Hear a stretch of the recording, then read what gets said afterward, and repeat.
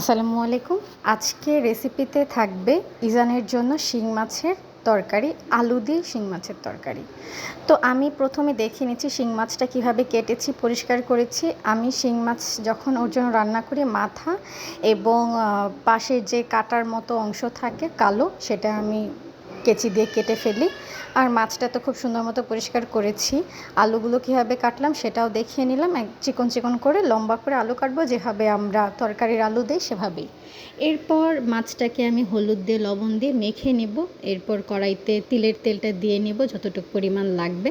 মাছটা আমি হালকা ভেজে নেব। আমি বরাবরই মাছ হালকা ভেজে এরপর রান্না করি। আমি নিজেও মাছ যখন খাই সেটা ভেজে রান্না করি, সেটা হোক ছোট মাছ বড় মাছ।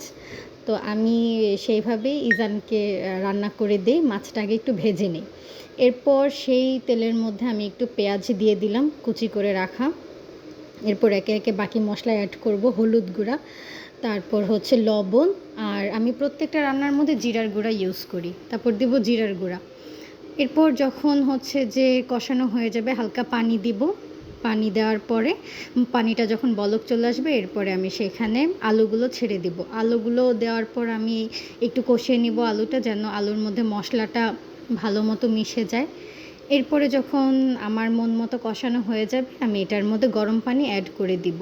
অ্যাজ ইউজুয়াল সবাই জানেন আমি রান্নার মধ্যে গরম পানি ইউজ করি। তো গরম পানিটা ইউজ করে দিলাম। হালকা বলক চলে আসলাম, এর মধ্যে মাছগুলো ছেড়ে দেবো। যেহেতু আমি মাছ ভালো মতো ভাজিনি, হালকা ভেজেছি, তাই এই পর্যায়ে দিব। ঝোলটা ফুটলে নামিয়ে ফেলবো।